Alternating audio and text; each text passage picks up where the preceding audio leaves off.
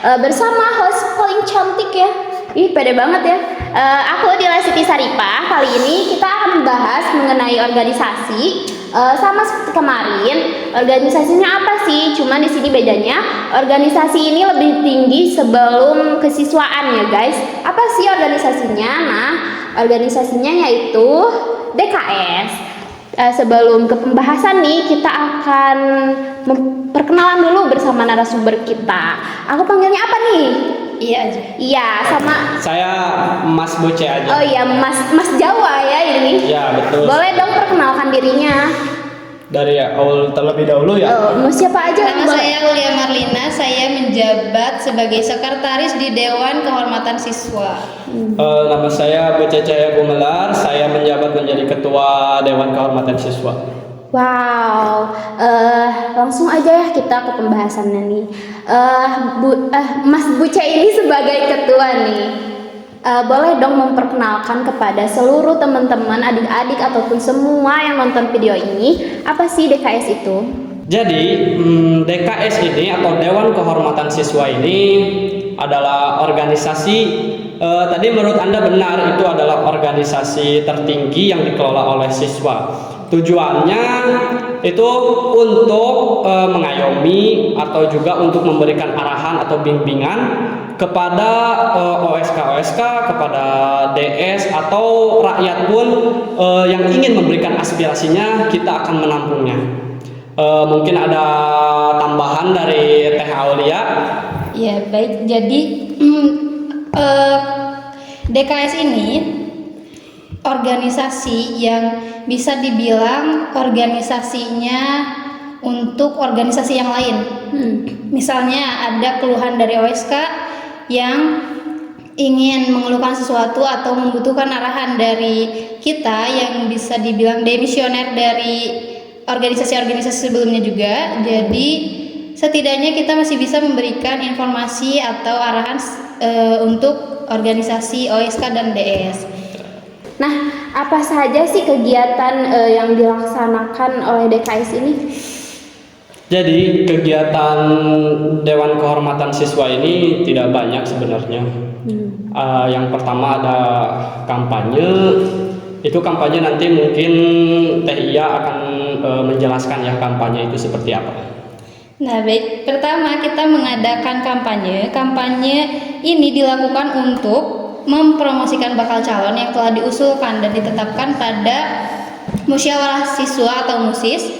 Lalu kita juga berperan sebagai ketua pelaksana dan panitia dari pemungutan suara, karena kita mengambil menggunakan sistem pemungutan suara gitu. Jadi kita berperan sebagai ketua pelaksananya dan juga sebagai panitianya. Ya. Lalu untuk teknisnya bisa dijelaskan oleh Bapak Buce. Ya, untuk teknisnya sendiri sebenarnya sama seperti pemilu-pemilu pada umumnya, karena kan di Madrasah Karya Madani ini kita mengambil seperti miniatur negara ya. Ada jurnalistiknya, semuanya ada hampir sama seperti negara kita. Untuk teknisnya sendiri itu sebenarnya semua orang itu berhak memilih untuk mencoblos siapa calon yang mereka inginkan gitu ya. Bahkan guru pun mereka berhak untuk mencoblosnya. Kurang lebih seperti itulah untuk kampanye. Kegiatan yang kedua, kita menyelenggarakan yang namanya LDKO, yaitu latihan dasar kepemimpinan organisasi. Di LDKO tersebut, setiap orang-orang yang terpilih menjadi bagian dari OSK ataupun DS, nanti kita akan uji terlebih dahulu sebelum mereka terjun langsung ke lapangan untuk mengkoordinasikan semuanya dengan rakyat ataupun siswa ya disebutnya. Jadi saya ambil intinya saja ya. Di dalam LDKO ini terdapat beberapa pos. Di dalam pos tersebut banyak berbagai tema. Misalkan tema seputar keorganisasian, tentang kepemimpinan, tentang keagamaan dan seterusnya ya, itu bebas sebenarnya. Nah, di situ kita bertujuan untuk menguji mereka agar mereka tuh ketika terjun langsung ke lapangan mereka sudah paham mereka sudah mengerti apa yang mereka akan lakukan. Jadi tugas mereka itu tidak akan berliut-liut. Kalau misalkan mereka tidak diuji terlebih dahulu, kita tidak akan tahu seberapa besar kapasitas mereka dalam menjalankan organisasi ini. Seperti itu, demikian. Baik ya, jadi di dalam kampanye dan LDKO ini, kalau LDKO kan menyiapkan mental gitu ya, menyiapkan kepercayaan diri. Nah, untuk kampanye juga jadi mudah untuk nanti ikut pemilihan gitu ya, bisa ada pengalaman gitu, baik. Betul. Ya. Nah, sebelum menjabat jadi DKS ini pastinya pernah ada pengalaman dong menjabat di organisasi lain. Betul. Nah, apakah ada perbedaan ketika kita ikut organisasi DKS dan organisasi sebelumnya? Tentunya untuk perbedaan sendiri itu ada tentunya, akan tetapi saya ingin melihat pendapat dari Teh Aulia terlebih dahulu. Bagaimana pendapatnya Teh Aulia? Nah, ya, jadi menurut saya untuk perbedaan, karena saya ini pernah menjabat sebagai bendahara OSK. Terus sebelum menjadi bendahara juga sudah 2 kali menjadi anggota OSK. Lalu pada periode kemarin itu menjadi bendahara. Nah, sekarang di DKS ini sebenarnya banyak yang berbeda ya. Pertama dari peran yang saya ambil, yang tadinya di bendahara lalu sekarang di DS, yang di DKS sebagai sekretaris. Ya, jadi perbedaannya cukup lumayan. Kalau menurut Mas nih gimana nih? Oke, jadi menurut saya sebelum dengan pendapat saya akan membicarakan pengalaman saya terlebih dahulu. Itu waktu saya MTS di sini, saya pernah menjabat sebagai ketua OSK. Bagus. Lalu ketika saya kelas 12 saya juga menjabat sebagai ketua Dewan Siswa. Lalu sekarang saya kelas 12 menjabat sebagai ketua DKS. Tentunya sangat berbeda sekali ketika saya dari organisasi lain berpindah ke organisasi yang lainnya, itu sangat berbeda.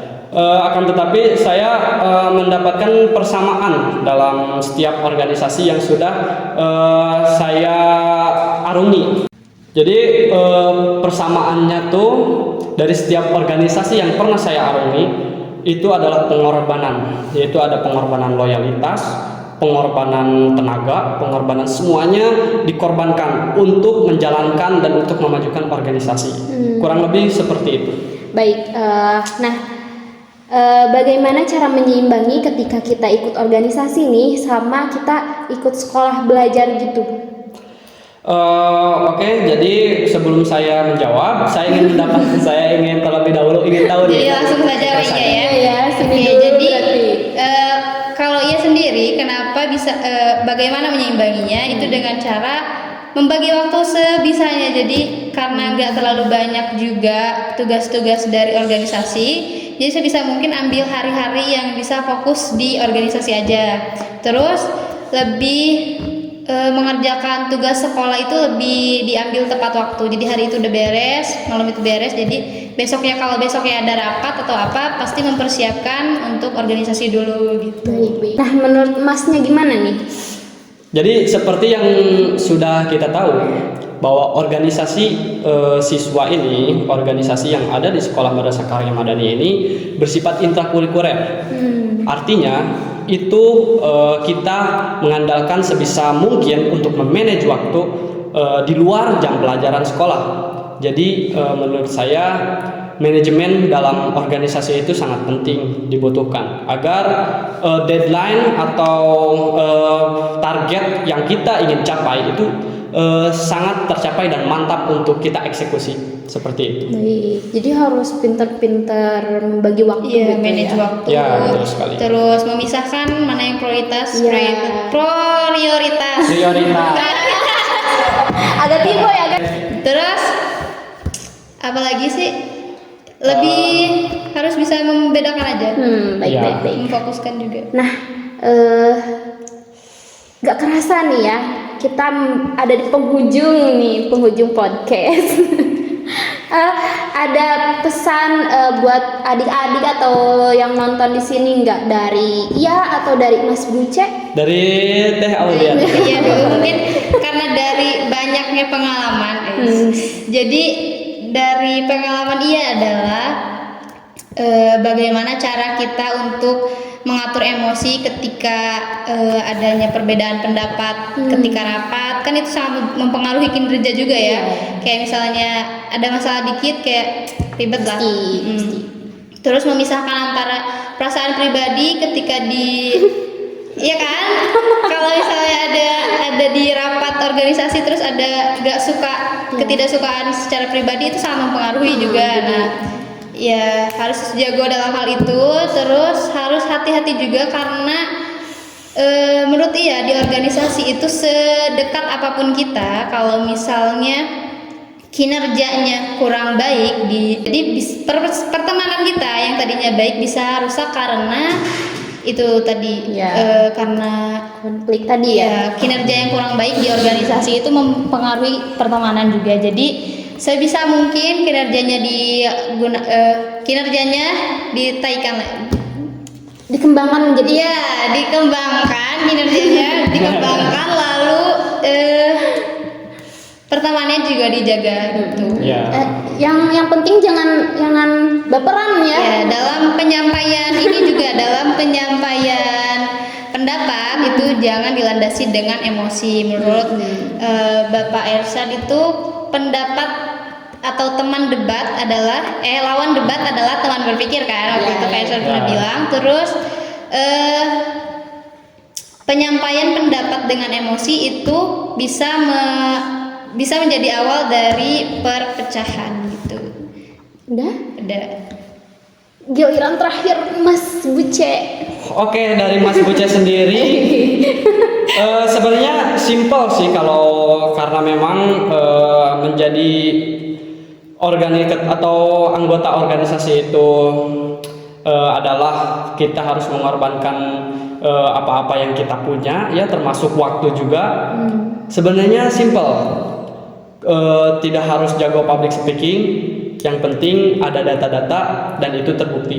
Wih, sudah berarti ya? Sudah. Tapi tambahan jago public speaking juga penting karena ada banyak karena ada banyak data tapi tidak bisa menjelaskan data ini apa, itu bisa berpengaruh juga. Juga yang penting kan kita bisa ngomong gitu kan. Public speaking. Tapi kan itu juga jago nggak harus, tapi kita bisa ngomong dan ada datanya. Tapi kalau bisa ngomong tapi nggak bisa dimengerti. Kang Ersa juga bilang bahwa debat itu adalah teman bicara gitu ya. Lawan debat adalah teman bicara. Teman berpikir ya, seperti itu. Ya, baik. Itulah ya. Jangan tanpa emosi, jangan pakai emosi. Ilustrasinya seperti ini ya, guys. Emosi. Nah, baik, berarti di zaman ini juga pastinya karena kecanggihan teknologi, terus banyak sekali yang bisa dimanfaatkan dari kecanggihan tersebut. Yang pertama itu malu ya. Malu menjadi menjabat atau ikut organisasi itu harus karena biasanya maaf memotong ya. Betul. Karena biasanya kan suka ada teman-teman yang bilang cuman pansos kan gitu-gitu, atau cuma pengen ikut nama aja gitu. Itu yang bikin anak-anak sekarang itu malu untuk bergabung juga. Tambahan dari saya, maaf boleh. Karena memang di dalam organisasi ini ketika kita ada seseorang yang ingin masuk dunia organisasi, terkadang ada orang-orang yang berkata bahwa itu hanya numpang nama saja. Akan tetapi dalam organisasi kita harus membedakan mana yang ketika kita menjadi siswa, mana yang ketika kita menjadi anggota. Bisa membedakan. Jadi ketika kita sudah masuk ke dalam dunia organisasi, terkhususnya di sekolah ini, kita harus membedakan ketika kita belajar ya kita seperti siswa pada umumnya. Ketika kita melaksanakan kegiatan, lalu ya mau tidak mau kita harus bersikap profesional sebagaimana anggota pada umumnya. Ya, jangan pernah malu ya guys untuk ikut organisasi. Nah, seperti tadi juga nih ya, di zaman serba canggih ini kita bisa memanfaatkan teknologi gitu ya. memanfaatkan teknologinya seperti apa supaya untuk mengekspresikan kepercayaan diri. Nah, yang membuat bangga bukan hanya bakat-bakat yang ditunjukkan, tapi kepercayaan diri teman-teman untuk menampilkannya dan rasanya yang menyajikan gitu ya. Nah, masa-masa SMA ini seperti kita atau teman-teman, masa-masanya sedang leluasa gitu ya, belum ada tagihan yang harus perlu dibayar, dipikirkan gitu ya. Deadline kerjaan yang benar-benar kerja gitu ya, yang mengejar atau gosip-gosip tetangga yang minta didengar gitu ya. Nah, aku udah juga. Nah, anak muda urat malunya jangan terlalu kencang nih ya. Apalagi Kutipan Najwa Shihab. Iya. Aku ngutip dari Najwa Shihab gini katanya, anak muda urat malunya jangan terlalu kencang, apalagi sebagengsi. Kenapa harus takut malu untuk melakukan sesuatu yang tidak merugikan orang? Justru urat malunya dihabiskan aja di masa muda ini seperti kita ini ya. Nanti supaya pas tua dan berkuasa tidak malu-maluin gitu ya. Nah, baik guys, gak terasa ya udah di penghujung podcast. Baik, terima kasih kepada narasumber kita dari DKS yang sudah memberikan sedikit tentang apa sih itu DKS. Mungkin teman-teman juga nanti bisa tahu supaya di luar sana jadi ikut tertarik nih ikut di sini, ikut sekolah di Madrasah Karya Madani ini. Mungkin cukup sekian ya. Balik lagi nanti di podcast selanjutnya. Assalamualaikum warahmatullahi wabarakatuh. Waalaikumsalam.